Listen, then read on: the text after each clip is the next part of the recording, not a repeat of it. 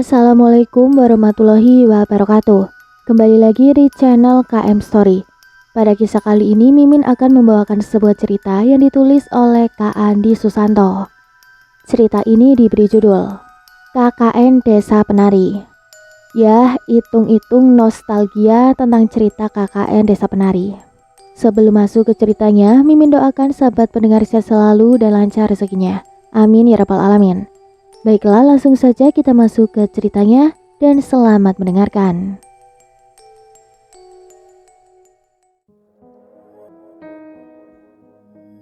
Siapa sosok Badarawuhi? Keseluruhan orang yang ikut di acara ini ada 20 orang. Tapi aku atau bahkan kakak Simpleman hanya merangkak garis besarnya saja. Karena beberapa orang yang tidak terlalu ikut berperan dalam cerita. Assalamualaikum dan salam sejahtera buat kita semua. Apa kabar kalian? Semoga selalu diberi kesehatan. Kisah kali ini mungkin sedikit berbeda dari cerita yang sudah pernah aku bagikan.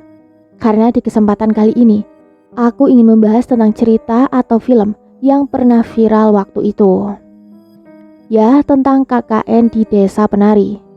Dan tentu saja, pembahasan kali ini dari sudut pandang aku pribadi.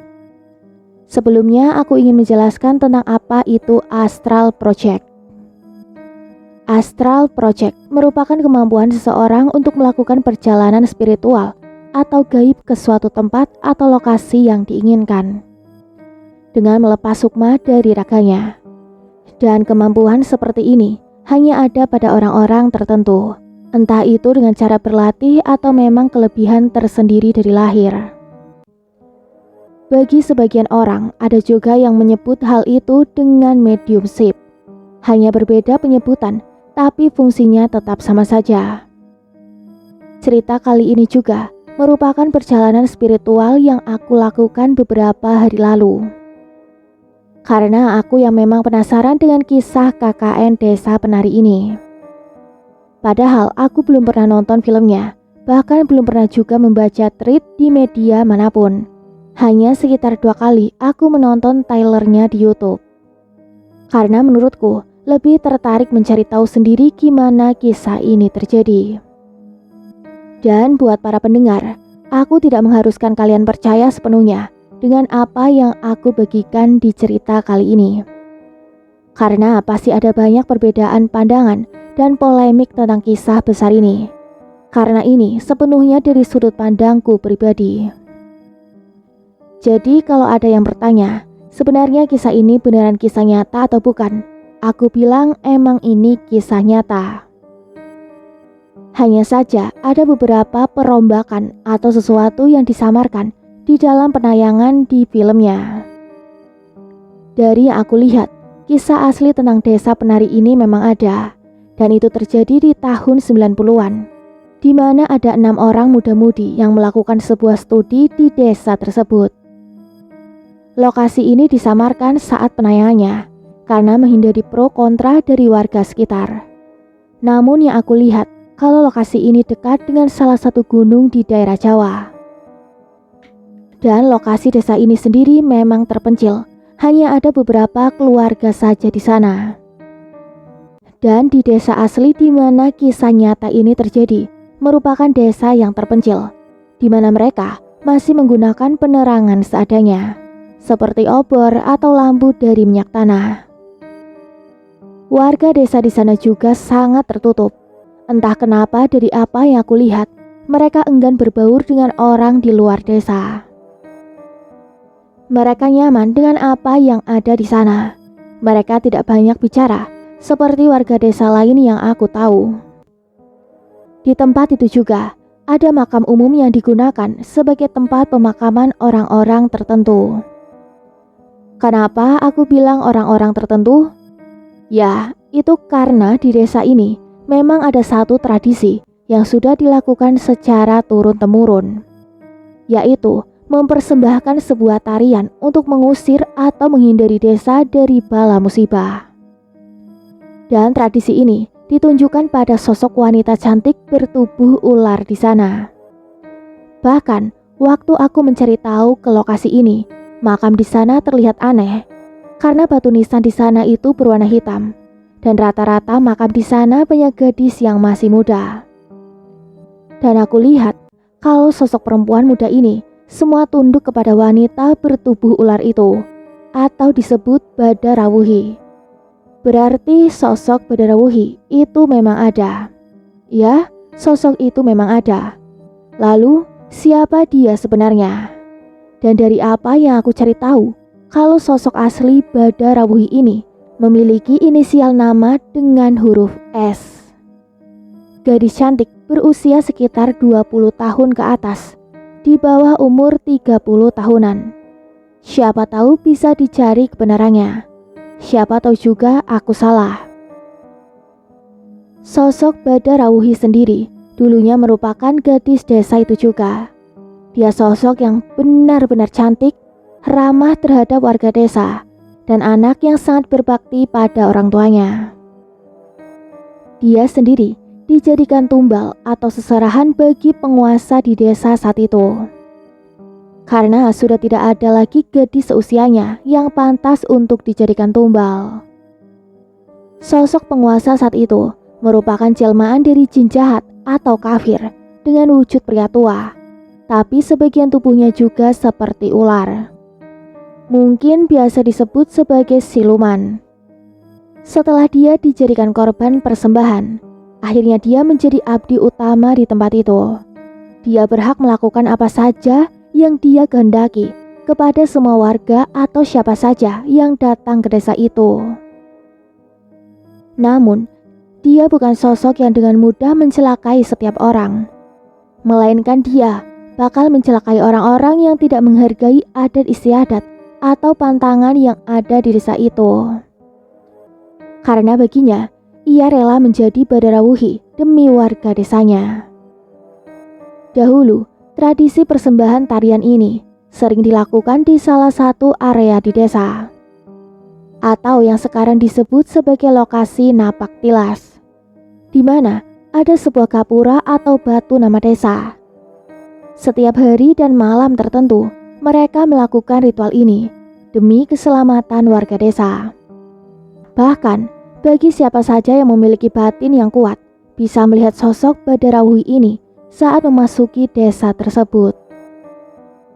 Sosok Badarawuhi sendiri sering menjelma sebagai wanita cantik dengan pakaian khas sinden atau penari. Saat ada pendatang atau laki-laki yang memiliki pikiran atau niat yang kurang baik saat memasuki wilayahnya. Hal itu ia lakukan untuk menarik perhatian si korban agar terpikat dan mau mengikuti kemauannya sebelum menjadi korbannya, dan menahan sukma si korban di dalam dimensi mereka. Dan dia bakal berubah menjadi sosok yang buruk saat ada seseorang yang berhati bersih di sekitarnya. Momen itu bukan dari kemauannya sendiri, melainkan sosoknya bakal terlihat jelas oleh orang-orang bersih.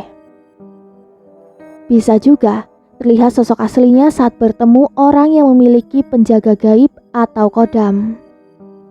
Di dalam film juga, mereka memutuskan untuk melakukan KKN di desa penari ini dengan alasan karena di sana masih sangat asri dan jauh dari hiruk-pikuk aktivitas perkotaan. Nah, dari sudut pandangku yang aku lihat, sebenarnya mereka sudah digiring oleh salah satu sosok yang memang memiliki kuasa di lokasi tersebut. Jadi, sudah dari awal mereka jadi incaran sosok penunggu desa penari ini. Siapa sosok itu? Ya, Badarawuhi, sosok penari cantik yang menjadi salah satu tokoh utama dalam kisah KKN Desa Penari. Dan sudah aku jelaskan tadi. Lalu, kenapa sosok Badarawuhi ini bisa mengincar mereka berenam? Itu karena dia juga bisa merasakan aura negatif dari beberapa orang tersebut. Seperti sudah ada perjanjian atau mungkin takdir yang mengharuskan keenam orang ini datang ke lokasi kekuasaan Badarawuhi ini. Sesuai di film juga, kalau untuk memasuki lokasi desa penari ini harus menggunakan motor, karena jalan yang dilintasi merupakan jalan setapak di tengah rimbunnya hutan. 5 dari ke-6 orang ini semangat saat tiba di lokasi desa penari. Namun berbeda sama satu orang yang menjadi tokoh penting di dalam film. Ya, dia adalah Nur. Semenjak kedatangan mereka di tempat itu, Nur sudah merasakan kejanggalan di desa itu. Namun ia enggan mengutarakannya kepada teman-temannya karena takut merusak momen kebahagiaan mereka. Sekali lagi aku ingatkan, cerita ini dari sudut pandang aku sendiri. Jika ada kesalahan atau kesamaan dalam cerita, mohon maaf sebesar-besarnya, karena aku juga berusaha menceritakan hal yang aku lihat. Lebih dan kurangnya aku ucapkan terima kasih banyak. Lokasi tidak terpuji di KKN Desa Penari. Oh iya, di sini saya hanya akan menceritakan garis besar dari setiap scan di kisah tersebut. Jadi, jika ada kesalahan atau kekurangan dari apa yang saya tulis, mohon maaf sebelumnya. Seperti yang kita tahu, kalau dalam kisah KKN Desa Penari, ada 2 remaja yang melakukan tindakan tak terpuji di dalam desa, tempat di mana mereka melakukan tugas KKN. Di mana 2 sosok remaja ini menuju ke sebuah pohon besar yang ada di area hutan, di mana setelah itu mereka berdua selalu mendapat teror dari sosok Badarawuhi. Ternyata memang benar dari apa yang aku lihat, kalau memang ada satu pohon yang lumayan besar, bahkan letaknya terlihat strategis, karena berada di tengah-tengah hutan di desa KKN ini. Mungkin 2 sejoli ini mengira kalau tempat ini cocok untuk mereka melepaskan hasrat tidak terpuji mereka. Dan tempat itu terlihat nyaman karena dahannya sangat rindang. Mereka sengaja pergi dari rombongannya tanpa memberitahu terlebih dahulu. Karena itu bisa membuat yang lain merasa curiga. 2 sejoli ini memang lagi mengalami fase di mana saling ingin memiliki, sampai melupakan norma-norma yang harusnya mereka jaga dimanapun mereka berada. Dari apa yang aku lihat, sosok pria ini memang memiliki paras yang tampan, dengan tubuh proporsional, dengan kulit putih dan tinggi yang ideal. Sedangkan si wanita memiliki postur tubuh yang tidak lebih tinggi dari si pria. Namun dia terlihat mempesona. Tanpa mereka sadari, mereka benar-benar melakukan tindakan tidak terpuji itu. Sama sekali tidak menyadari kalau sebenarnya lokasi yang mereka melakukan itu adalah tempat di mana sosok penguasa desa ini bersemayam. Siapa sosok itu? Apakah Badarawuhi? Jawabannya benar. Mungkin bagi sebagian orang itu hanya sebuah pohon besar biasa, dan di sekitar mereka hanyalah hutan seperti hutan lainnya. Sementara itu merupakan kerajaan bagi para penduduk gaib, di mana pohon besar itu jadi pusatnya. Saat mereka berdua selesai, dari sini sosok Badarawuhi mengikuti. Sebelumnya tokoh Bima dan Ayu sering berdua karena memiliki proker yang sama di desa Penari. Sampai ketika mereka melakukan kesalahan yang sangat fatal hingga membuat Badarawuhi marah. Kesalahan yang diperbuat oleh Bima dan Ayu adalah perbuatan asusila di dalam tapak tilas yang keramat di desa Penari. Tapi menurutku, kalau pohon besar ini merupakan napak tilas sesungguhnya, karena merupakan hunian bagi semua makhluk gaib di sana. Sosok Badarawuhi mempengaruhi tokoh Bima dengan iming-iming agar bisa mendapatkan widya yang ia kagumi. Sementara tokoh Ayu mencoba mencari tahu di mana bisa menemukan sosok Badarawuhi untuk membantunya mendapatkan Bima. Sosok Badarawuhi memberikan beberapa benda kepada Ayu, berupa selendang dan gelang emas untuk menarik hati Bima. Sedangkan Bima harus memenuhi hasrat Badarawuhi sebagai pengganti bantuan yang diberikan. Singkat cerita, baik Bima, Ayu, dan Widya menjadi korban Badarawuhi, walaupun yang lebih dulu menjadi korban adalah Bima dan Ayu. Sedangkan Widya yang memang dari awal diincar oleh Badarawuhi, sukmanya ditahan oleh mereka dan dijadikan penari selamanya untuk menghibur semua makhluk yang menjadi bawahan Badarawuhi. Di alur film, Widya sempat ditolong oleh sosok pria tua. Kenapa Badarawuhi mengincar Bima? Ya, dia menginginkan sosok pendamping di sisinya untuk membantunya memegang kendali di dimensi gaib yang ia kuasai. Sedangkan kedua teman Bima, yaitu Ayu dan Widya, dijadikan selir atau penghibur buat mereka. Kalau ada yang nanya, apa benar kalau sukma mereka ditahan sampai sekarang? Sementara di kejadian asli yang aku lihat ini di tahun 90-an, berarti hampir 32 tahun kisah ini sampai sekarang. Jawabannya iya, sampai sekarang mereka ada di sana. Sampai tiba waktunya mereka benar-benar bisa terlepas dari rangkulan Badarawuhi. Kenapa sukma mereka bisa ditahan? Karena mereka sudah melakukan perjanjian atau kontrak dengan makhluk gaib. Entah itu golongan jin atau ada yang menyebut siluman. Sebagai gantinya, pasti ada hal fatal yang diterima. Itu kenapa lokasi dan cerita asli sedikit disamarkan untuk menghindari penolakan dari banyak orang setelah kisah ini terjadi pada saat itu. Mungkin bagi sebagian orang atau dari beberapa media, banyak menjelaskan kalau sosok Badarawuhi ini merupakan jelmaan dari Nyi Blorong. Atau ada juga yang bilang ada sangkut pautnya dengan pantai selatan. Ada juga statement yang menjelaskan kalau Nyi Blorong diusir dari kerajaan pantai selatan karena merasuki salah satu penari di desa KKN ini. Sementara yang aku lihat, entah itu dipercayai atau tidak, kalau sosok Badarawuhi ini murni dari penduduk sekitar yang sengaja dijadikan tumbal untuk melindungi desa saat ini.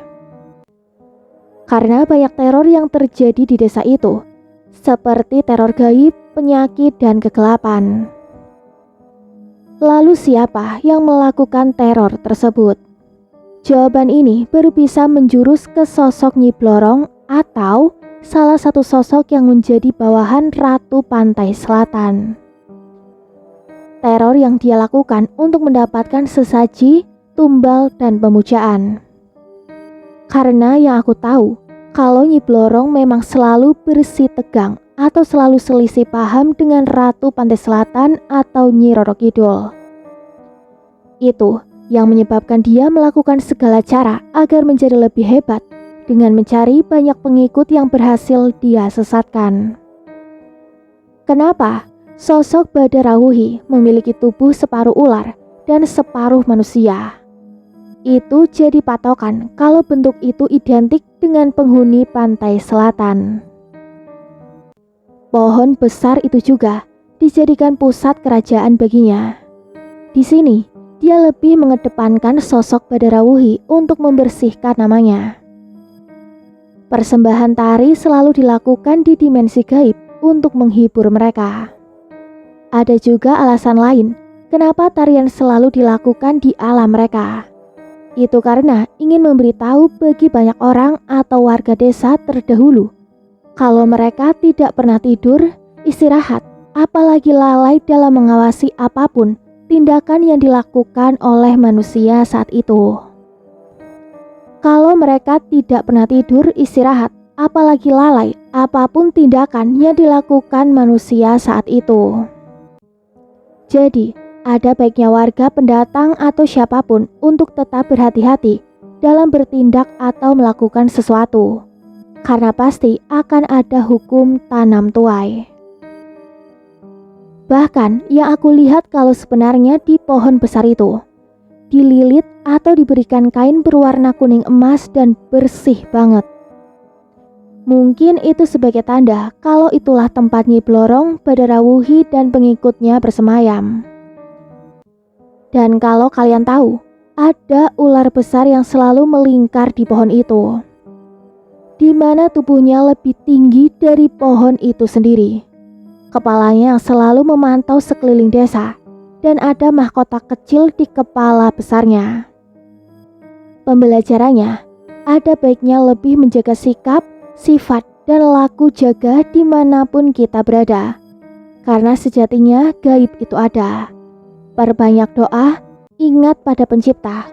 Sekalipun orang awam, pasti bakal terlindungi dari apapun saat ingat siapa penciptanya. Saat ini, aku ingin sedikit membahas tentang salah satu tokoh utama di cerita KKN Desa Penari.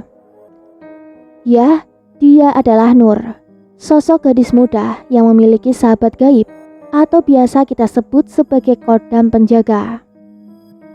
Di mana dalam kisahnya, sosok Nur memiliki kodam penjaga dari leluhurnya terdahulu. Di mana sosok kodam ini atau yang diberi nama Mbah Dok. Sosok Mbah Dok digambarkan sebagai wanita tua dengan tubuh yang bungkuk, mata di bagian kiri yang buta. Dan sosok Mbah Dok lah yang terus menjaga Nur saat memasuki desa Penari sejak awal. Bahkan di dalam kisahnya, Mbah Dok mampu melawan sebagian besar dari seluruh penghuni desa Penari atau sebagian besar dari prajurit gaib Badarawuhi. Kenapa bisa seperti itu? Apakah sosok Mbah Dok memang sehebat itu? Lalu mengapa teman yang lain tidak memiliki kodam penjaga seperti Nur? Bukankah itu bisa membantu mereka juga? Nah, beberapa poin ini yang bakal ada bahas. Dan mungkin pembahasan kali ini tidak terlalu panjang. Ditambah bukan semudah itu untuk menjabarkan apa yang seharusnya tidak boleh dijelaskan ke khalayak ramai. Poin yang pertama, kenapa sosok Mbah Dok bisa sehebat itu? Jawabannya tentu saja karena dia adalah sosok kodam dari leluhur, di mana mereka memiliki janji atau sumpah dengan wadah pertama mereka atau pemilik pertama untuk menjaga anak cucunya dari gangguan apapun. Bahkan mereka sama-sama makhluk gaib, seharusnya memiliki kehebatan yang sama. Tentu saja itu persepsi yang salah. Pasti sebagian besar dari kita juga mengetahui kalau ada tahapan yang membedakan antara makhluk gaib. Kodam merupakan makhluk dari masa lampau atau simpelnya kebanyakan dari masa kerajaan zaman dulu, di mana masing-masing dari mereka juga memiliki kedikdayaan yang luar biasa, tergantung dari siapa mereka dahulunya. Jadi, kenapa di dalam alur cerita yang sudah tayang dijelaskan kalau Mbah Dok bisa mengalahkan sebagian besar prajurit gaib desa Penari? Karena sebagian besar dari mereka hanya prajurit biasa yang dimiliki oleh Badarawuhi. Kodam leluhur juga merupakan pendamping yang setia dengan tuanya atau wadahnya. Mereka bisa melakukan apapun demi menjaga tuanya, apalagi jika wadah ini atau si pemilik kodam sudah menyadari keberadaannya ada di dalam dirinya. Karena di momen ini, mereka bisa lebih intens dalam berkomunikasi dan berbagi pengalaman masing-masing. Kedua, apakah sosok Mbah Dok memang sehebat itu? Ya, itu memang benar. Kalau sosok Mbah Dok memang sehebat itu, logis dengan pernyataan kalau Mbah Dok adalah rival sebenarnya Badarawuhi. Karena mereka berasal dari waktu yang sama dan memiliki kedikdayaan yang hampir sama. Walaupun kalau aku cerna atau aku lihat kalaupun cerita itu ada, di mana sosok Mbah Dok dan Badarawuhi bertarung, kemenangan tetap seimbang. Dan akhirnya, keduanya memutuskan untuk menyudahinya. Aku ingatkan ini hanyalah perumpamaan saja. Ketiga, lalu mengapa teman-teman yang lain tidak memiliki teman pendamping atau kodam pendamping juga? Bukankah itu bisa menjaga mereka juga nantinya? Jawabannya, tidak semua dari kita bisa memilikinya, dan tidak semudah itu untuk memiliki kodam penjaga. Kalaupun beberapa orang tetap bisa memiliki kodam, biasanya melalui perjalanan spiritualnya, pemberian, atau lainnya. Jika leluhur dari mereka memang tidak pernah memiliki kodam pendamping sejak awal, bagaimana bisa itu turun ke penerus di bawahnya? Atau jika memang leluhur mereka memiliki kodam penjaga, tapi tidak turun kepada penerusnya, biasanya ada sebuah perjanjian sakral yang dilakukan oleh leluhur agar kodam ini tidak turun kepada anak cucunya. Karena apa? Mungkin karena dia tidak ingin kalau nantinya anak cucunya mengalami hal-hal yang tidak seharusnya mereka alami. Sebagai contoh, serangan atau gangguan gaib dari orang lain yang mengetahui kalau mereka memiliki kodam penjaga. Atau bisa dibilang, jadi bahan uji coba. Kedua, bisa jadi juga kalau leluhur mereka atau bahkan kodam leluhur ini sudah mengetahui karakteristik dari anak cucunya kelak. Jadi, mereka mengurungkan niat untuk menjaga. Baiklah, kembali ke topik pertama. Sosok Nur memang dijaga oleh kodam penjaga yang luar biasa hebat. Bukan saja karena ini dari leluhurnya, melainkan sosok Nur memang sosok yang taat dengan agama. Dia juga menjunjung tinggi tata krama kepada siapapun. Itu yang menyebabkan sosok Mbah Dok tidak ingin pergi dari tubuhnya Nur, walaupun sudah berkali-kali diusir. Dengan catatan, sosok Mbah Dok berjanji akan menjaga Nur dari siapapun yang mengganggunya. Mbah Dok sendiri berasal dari waktu yang sama dengan Badara Wuhi. Dan seperti yang sudah dibahas tadi, kalau Badara Wuhi sebenarnya juga ada sangkut pautnya dengan pantai selatan. Walaupun sebenarnya sosok ini bukanlah salah satu dari para penguasa pantai selatan, melainkan seseorang yang dipersembahkan untuk mengabdi kepada salah satu penguasa pantai selatan. Karena hal itu, sosok ini mendapatkan kepercayaan untuk menjadi salah satu penguasa di desa penari. Oke, banyak polemik dari pernyataan ini. Tapi memang penglihatan orang mungkin emang berbeda-beda. Dan aku meyakini apa yang aku lihat. Sementara Mbah Dok sendiri merupakan keturunan dari salah satu raja pada kerajaan di masa lalu. Dan sosok sebenarnya bukan seorang wanita tua seperti di film-film, melainkan seperti putri muda yang cantik dengan kemben hijau dan selendang berwarna kuning, dan memiliki mahkota kecil di kepalanya.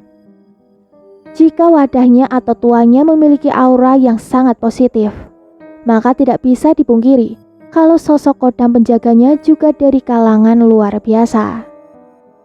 Itu kenapa Badara Wuhi mengakui sosok Mbah Dok. Bukan bermaksud membedakan dari cerita di dalam film, melainkan ini yang aku lihat sebenarnya di dalam kisah yang memang pernah terjadi ini. Oh iya, bonus untuk penjabaran dan penutup di cerita ini.